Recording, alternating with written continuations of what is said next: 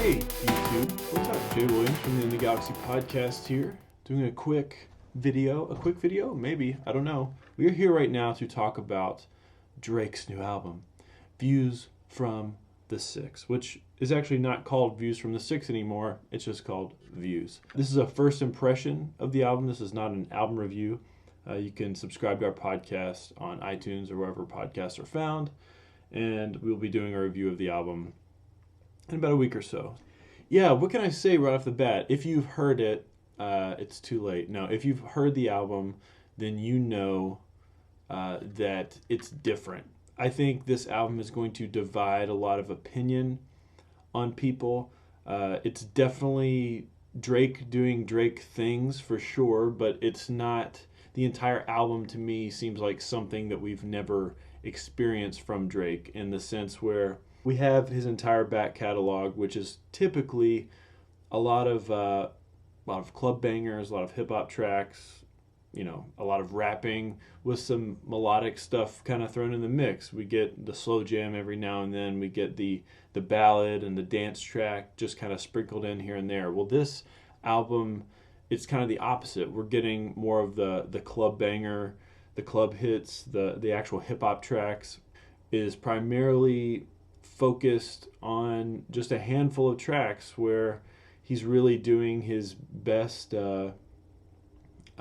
his best versions of his pop songs, his best versions of his slow jam songs throughout most of the album. I don't really mind that. I think in my the entire history of me being a Drake fan, if you would have asked me a while ago would I've liked to have heard this album from Drake, I would have been really excited about it. I would have been stoked. But right now, because alternative R&B and R&B in general is kind of a really big trend right now.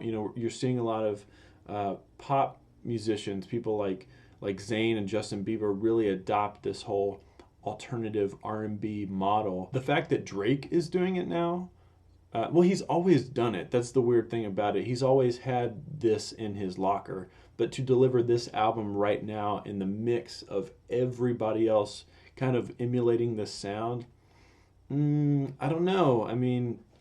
I don't know. It's not bad. It's definitely not bad. I enjoy it. I enjoy listening to the album. But, and it's a very, very, very big contrast to what If You're Reading This, It's Too Late was. I think if he didn't put out If You're Reading This, It's Too Late, and he just went straight to Views, people would have been a little bit worried about what Drake was doing with his career. But because we have this whole body of work with If You're Reading This, and songs like Back to Back, and even Summer 16 that he put out that for whatever reason didn't end up on the album, we ended up seeing Drake's ability to make a really fantastic rap album If You're Reading This. And we see him be capable of making this really big, really well executed pop sort of slow jammy album as well. Still gathering my thoughts with this whole thing. There are some amazing tracks on this album. Nothing really is standing out to me as bad at all. I don't know if I really enjoyed the opening track. It's something that I can't really see myself listening to all the time. It's something I've never heard from Drake. It's like this really big, grand kind of piano ballad with some string instruments in the background. Yeah, lyrically, kind of the same stuff from Drake.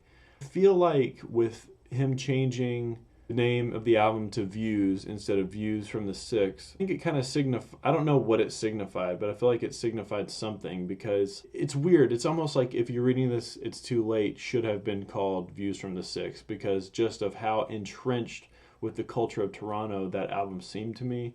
I don't know. If you guys have some insight, leave your comments below. I'm anxious to see what the rest of the public thinks of this, because it's definitely a very accessible album, but I don't know if for the wait and for the anticipation, it's delivering on everyone's expectations. It's okay, I think, that he's pushing people and he's pushing the boundaries of what his fans expect of him and from what people expect of him, but he's not really groundbreaking.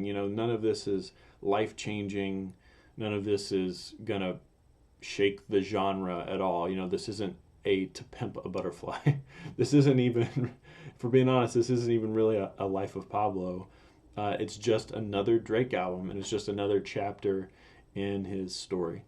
So that's really it. Again, this is a first impression. I'm enjoying it so far. It's not something that I can find myself listening to, I don't think, all the time, but it's good. I mean, it's a good album so far. I'm anxious to dive into it with my very super critical ear.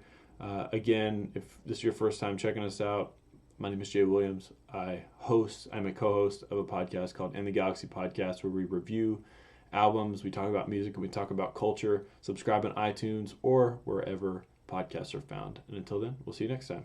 Bye.